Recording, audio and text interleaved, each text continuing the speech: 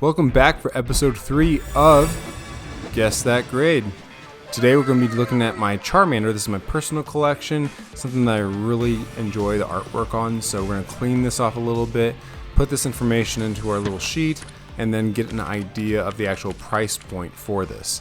So the first thing I'm doing is looking into price charting, and at the time it was $54.99 for the ungraded version of this, and then there was, the PSA 10, 9.5, and 9. Now, I did have a person leave a comment saying you can't use the PSA values because I'm not actually using PSA, so keep that in mind that these values would be a lot different since I'm going through degree grading. Now we have to ask our question, is it worth grading? And right now, yeah, absolutely. In my mind, it is. Regardless of the price or cost of this, it's something I want to grade, so I'm going to do that. Now, looking at the centering of this card, we're going to look at the front first. On the left and right, there is a slight difference, a 60-40, but if you look at the top and bottom, I'm seeing a 50-50, so proper distance on top and bottom. Now we're going to go ahead and actually flip this over and look at the back. We have a similar thing happening here, but 60-40 on left and right, top and bottom. And what that's going to do is actually reduce the score a little bit on the centering. And in my grading rubric, that gives it half the points for centering on the front and no points on the centering on the back. I think that's a little bit too strict, but I'm being a little conservative here on this approach. All right, now we're looking at the card surface. So step 3 coming in, we want to look at this again to look at scratches, scuffs, hollow lines, anything like that on the front and back. You can see a little bit of marking here that I'm calling out. It's very difficult to see unless I actually take some macro shots. So that's something I need to take away for these videos. I want to get some close-up shots for you guys in the future videos so you can actually see what I'm looking at and identifying. Now, as we flip this over onto the back, there is some small lines as well as some white specks. Very difficult, again, to be able to see from this distance, but it is something I call out and I show here. So as I'm pointing at it, again, very hard to see, but there is a minor speck there overall from the front and back. That is why in this case, I gave it a total of 280 points out of 350. So not severe, but it is something that we want to look into. So going on to step 5, the corners and the edges. So in this case, there's a lot going on here that I'm pointing out. We're looking at the edges of the card. We did notice a little bit of wear on there, a little bit of silvering or whitening on the edge. But then when we look at the corners as well, when we start flipping this around, you'll see that all 4 corners is a little bit of not a bend or a ding. I believe the term that people call it is actually a lift, and I think that's mostly what comes from just putting that card inside a sleeve, or not putting it in a sleeve, or just sitting in inside the pack for a long time. I'm not quite sure exactly how that appears, but it is something that I have noticed on many cards that I pull up, and I'm really interested to see how we go about grading that. I'm not sure how much detail is taken in consideration by the grading companies and how much that actually dings us overall. So corners are worth 200 points. Edges are also worth 200 points. So for the corners, I gave it 160 out of 200. And then for the edges, I give it 185 out of 200.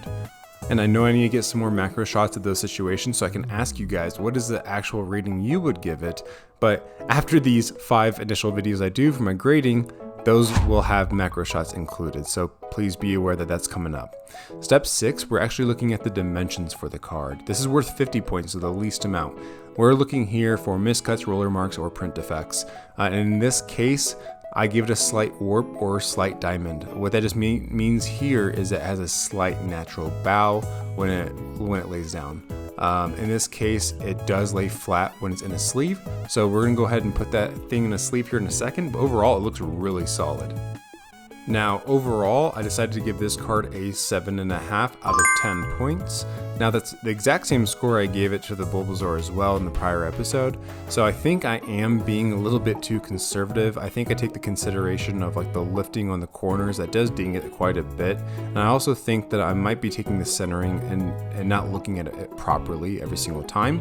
So I think that there will be actually a higher rating. I said a 7.5 on this. I think it might come back at an 8 or 8.5, but that's why I'm excited to get back from degree grading, because they actually provide you a pamphlet with each card and what was wrong with it. So I'm very excited to learn there. And in this case, it's all a learning opportunity, not just for me, but also for you guys. So I hope you can take the lessons from this and improve in your actual grading system. Now on to the last thing, what grade do you think that this card should receive? Go ahead and leave a comment down below. I'd love to learn and hear what your thoughts and opinions are. And if you have feedback on what I could do differently, please let me know, because I would love to be able to incorporate new things in my videos. Now for the ending of this video, you're seeing tag grading in the background. In a moment, you'll see degree grading in the background. And the reason I want to put that out there is because my channel is completely new. I want to show that my idea of actual grading should go through tag grading services. I believe they have an amazing service. I think that their actual card display is incredibly beautiful. I love the clear with just the white lettering, and I want to be able to do that in the future, but it's just a little bit too expensive for me right now, and I want to get some more practice under my belt before I go through their services. So this is where I expect to be. Right now, I'm going through degree grading because there was a 5 for $50, so I could submit 5 cards for $50, and that is an amazing value for me. Someone that's brand new to the hobby, about a month in, collecting cards, spending the money to be able to make these videos. I have to be a little bit more conservative about how I do that so I don't go bankrupt. So I hope you guys can have a little bit of patience with me through the learning process. We're going to go through degree. I know tag has a different rubric system, and then I know PSA does. And in the future, I would like to be able to go solely through tag, but we'll also submit things through PSA as well, just to see if there is a difference for how we see things. Now, if you want to follow my journey for the big reveal of this card in a few weeks, give me a follow. Otherwise, until next time, keep guessing that grade.